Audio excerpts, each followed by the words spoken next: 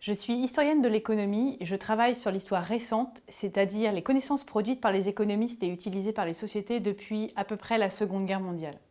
J'ai intégré le CNRS en 2017 et depuis cet automne, j'ai rejoint le CREST, qui est un laboratoire où travaillent des économistes, des statisticiens et des sociologues. Mon travail consiste à documenter la manière dont les économistes ont construit leurs modèles depuis quelques décennies et dont les pouvoirs publics, les entreprises et les citoyens les ont utilisés. Je travaille en particulier sur ce qu'on appelle le tournant appliqué depuis les années 70. De quoi s'agit-il? D'évolutions récentes. Au XIXe siècle, les économistes se pensaient plutôt comme des philosophes. À la suite d'évolutions, après la Seconde Guerre mondiale, ils ont plutôt cherché à imiter les physiciens, les sciences dures. Et aujourd'hui, ils se conçoivent plutôt sur le modèle des ingénieurs ou des médecins. Et je cherche à comprendre pourquoi ces évolutions, quels en sont les ressorts, les causes et les conséquences.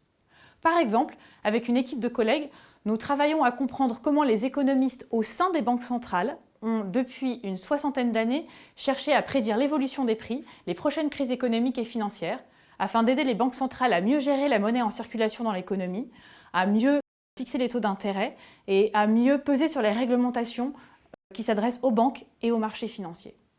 Comment procède-t-on? Nous essayons de croiser différents types de données.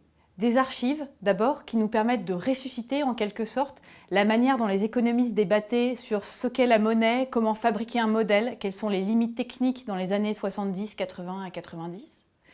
Des entretiens, ensuite, avec des séries et plusieurs générations d'économistes, de directrices et directeurs de banques centrales. Et nous combinons tout ceci avec du travail plus quantitatif. Nous avons par exemple recensé assez systématiquement les générations d'économistes qui ont travaillé dans certaines banques centrales, leur parcours, leurs études, leur réseau et leur travail. Sur cette base, nous avons démontré que, contrairement aux idées reçues, les économistes des banques centrales, par exemple à la Banque d'Angleterre, étaient en fait plus libres scientifiquement dans les années 1980 que ce qu'ils ne le sont aujourd'hui. Pourquoi? Parce que depuis une quinzaine d'années, chaque mot qui est prononcé par un économiste, une directrice ou un directeur de banque centrale est scruté et peut avoir des conséquences directes sur l'évolution des marchés financiers. La crise de 2008 puis la crise du Covid ont montré à quel point aujourd'hui la fabrique de la science est au cœur des débats publics. Aujourd'hui, par exemple, les économistes débattent de la meilleure manière d'éviter un effondrement économique et d'accompagner une reprise post-Covid. Ils ne sont pas tous d'accord, et il est très important pour les citoyens de comprendre d'où proviennent ces désaccords. Sont-ils de nature plutôt technique, plutôt philosophique ou plutôt politique? L'histoire de l'économie aide à répondre à ces questions et permet un débat à la fois plus riche et plus apaisé. Ce que j'apprécie particulièrement dans le travail de recherche, c'est plusieurs choses.